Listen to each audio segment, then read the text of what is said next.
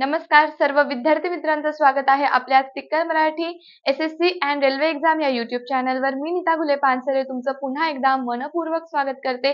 आजच्या व्हिडिओला शेवटपर्यंत बघायचं आहे कारण 2025 चं लोको पायलट साठी ALP साठीचं जे नोटिफिकेशन आहे ते तर आलेलं आहे। त्या नोटिफिकेशन मध्ये डिटेल गोष्टी आज आपण इथे बघणार आहोत, म्हणून व्हिडिओला शेअर करून घ्यायचं आहे आणि व्हिडिओला लक्षपूर्वक ऐकायचं आहे। ठीक आहे, तर तुम्हाला सर्वांना माहिती आहे की ALP 2025 ची वॅकन्सी आलेली आहे, त्यामध्ये 9,970 जागा आपण बघितलेल्या आहेत। ठीक आहे, 2025 ची ही वॅकन्सी आलेली आहे आणि 2024 ची जी CBT सेकंड बाकी आहे तर तिचे सुद्धा एक्झाम डेट तुमची आलेली आहे। ठीक आहे, मे मध्ये ते एक्झाम होणार आहे, ते सुद्धा मी तुमच्यासोबत शेअर केलेलं आहे। आता वंदे भारत चालवायला तर वेळ आहे तुम्हाला। ठीक आहे, ही ट्रेन पण चालवायला भेटेल। तर बघा, आपण आजचं डिटेल नोटिफिकेशन बघणार आहोत। त्या नोटिफिकेशन मध्ये दिसतंय सगळ्यांना व्यवस्थित? एक मिनिट बघा, हे जे नोटिफिकेशन आहे यामध्ये तुम्हाला एक्झामची डेट दिलेली आहे। ठीक आहे, तुमची फॉर्मची डेट दिलेली आहे। नोटीस कधी आली? 29/3/2025 ला। ठीक आहे, त्यानंतर आता ऍप्लिकेशन जे फॉर्म आहे, ऍप्लिकेशन सबमिट करायची सुरुवात कुठून झालेली आहे? 12 तारखेपासून, जे की तुम्हाला ऑलरेडी माहिती आहे। याची एंड डेट कधी आहे? लास्ट डेट कधी आहे? तर ती असणार आहे 11/5, पण आपल्याला 11/5 पर्यंत जायचं नाहीये। मे महिन्यापर्यंत जर तुम्ही वाट बघितली तर नंतर खूप सारे प्रॉब्लेम होतात, सर्व्हर इश्यू होतात आणि तुमचे फॉर्म फिल होत नाही। ठीक आहे, हे लक्षात ठेवायचं आहे। 12 तारखेपासून फॉर्म भरायला सुरुवात झालेली आहे, 12 एप्रिल पासून लास्ट डेट त्याची 11/5 असणार आहे, पण तुम्हाला 11/5 पर्यंत जायचं नाहीये। तुम्ही एप्रिल मध्येच फॉर्म भरून घ्या, तुम्ही आत्ताच फॉर्म भरून घ्या आणि याच्यासाठी लागणारे जे इम्पॉर्टंट डॉक्युमेंट आहे हे सुद्धा मी तुम्हाला सांगणार आहे। ठीक आहे, त्यानंतर बघा, last date for application fee, तुम्हाला जर फी पेमेंट करायचं आहे तर तुम्ही 13/5 म्हणजे 13 मे पर्यंत फी तुम्ही काय करू शकता? देऊ शकतात। ओके, त्यानंतर तुम्हाला जर काही चूक झाली असेल आपल्या ऍप्लिकेशन मध्ये आणि तुम्हाला ते करेक्ट करायचं असेल, करेक्शन तुम्हाला तुमच्या फॉर्म मध्ये करायचं असेल तर तुम्ही 14 पर्यंत करू शकता, 14 मे पर्यंत करू शकता। ठीक आहे, हे डिटेल लक्षात ठेवायचं आहे। फॉर्म फिलिंगची डेट तुम्हाला समजली आहे, एंडिंग डेटही समजली आहे आणि फी पेमेंट तुम्ही कधी करायचंय। ठीक आहे, फी तुम्ही कधी पे करायची? 13 तारखेपर्यंत करू शकतात।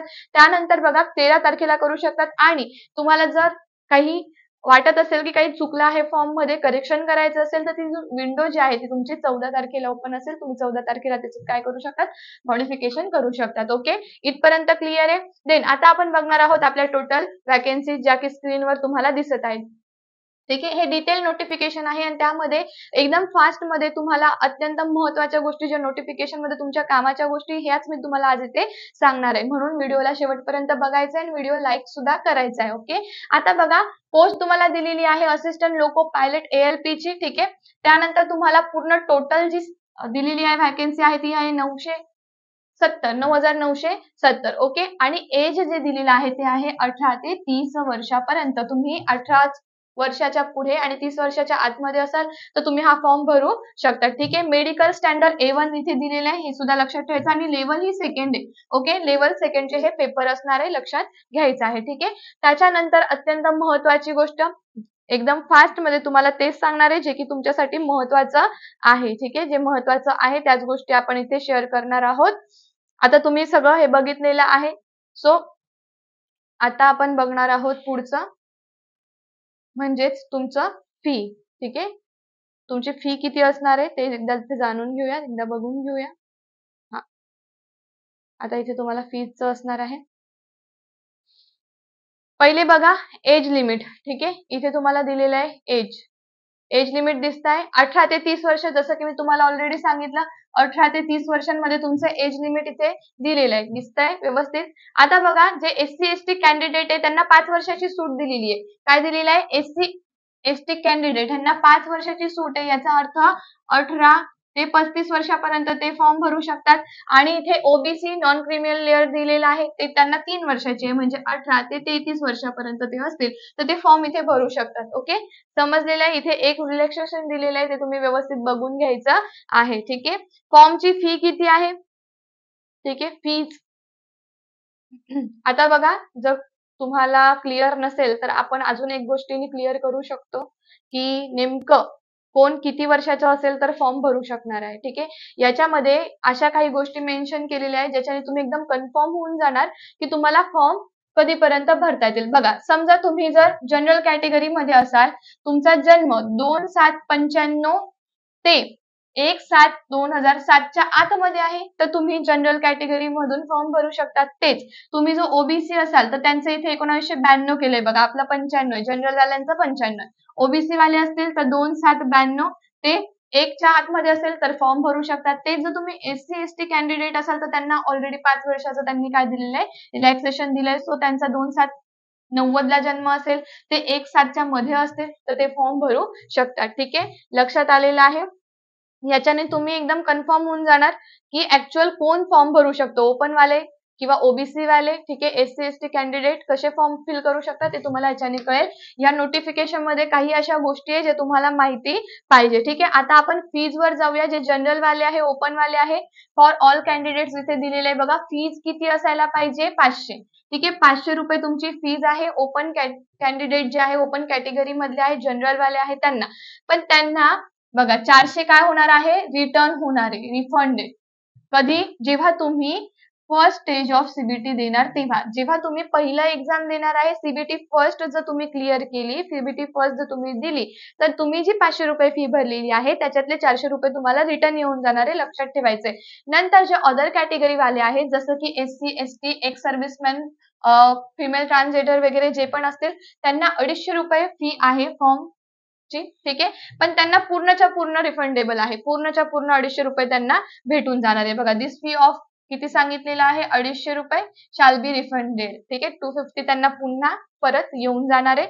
सो बघा, तुमचं जे ओपन कॅटेगरी वाले पण आहेत ना, तर ते त्यांनी असा विचार नाही करायचा की मग त्यांना सगळीच मिळणार आहे ना, आम्हाला 400 का मिळणार. तुमचं जास्त नुकसान नाही होते, फक्त 100 रुपये तुमचे इथे एक्स्ट्रा जाणार आहे. सीबीटी 1 तुम्ही क्लिअर केली तर तुम्हाला 400 रुपये रिटर्न भेटणार आहे. त्याच्यासाठी जेव्हा पण तुम्ही फॉर्म फिल कराल, अकाउंट नंबर जो आहे तो स्वतःचा द्यायचा, सायबर कॅफे वाल्यांचा द्यायचा नाही. तर त्याला ते 400 रुपये रिटर्न जातील आणि तुम्ही बसाल. मग तुम्ही म्हणाल की आम्हाला आलीच नाही है ना, आम्हाला फी जी होती ती रिटर्न आलेली नाही. तर असं करू नका. तुमचा जो अकाउंट नंबर आहे बँकेचा तुम्ही तो द्या, किंवा तुम्ही स्वतःही हा फॉर्म भरू शकतात.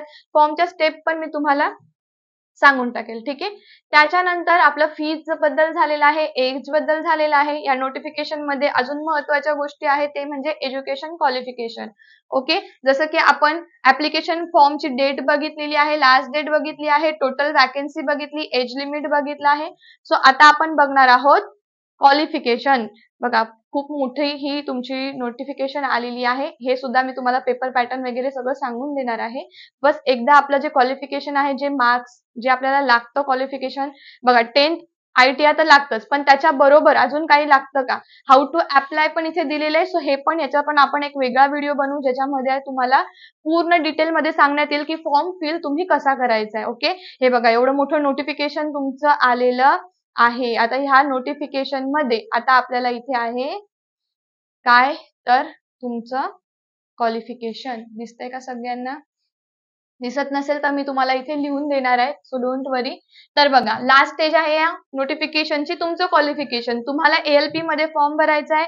तुम्हाला फॉर्मची फी कळलेली आहे, त्याच्यानंतर त्याची starting date, ending date, fee payment कधी करायचं, विंडो मध्ये करेक्शन कधी करायचं, सगळं कळलेलं आहे. एज लिमिट कळलेलं आहे. सगळ्यात महत्त्वाचं उरतं ते क्वालिफिकेशन तर दिलेलं आहे. बघा, तुम्ही काय करायला पाहिजे, 10वी नंतर जर तुमचा ITR असेल, ठीक आहे, 10th प्लस ITI, ठीक आहे, तर तुम्ही फॉर्म भरू शकतात. ओके, नंतर बघा, तुम्ही जर काय करत असाल एखाद्या ठिकाणी, आपण बोलतो ना की 6 महिन्यांचा आम्ही काय करतो आहे, सर्व्हिस करत आहे. ठीक आहे, ज्याला आपण काय म्हणतो, अप्रेंटिसशिप.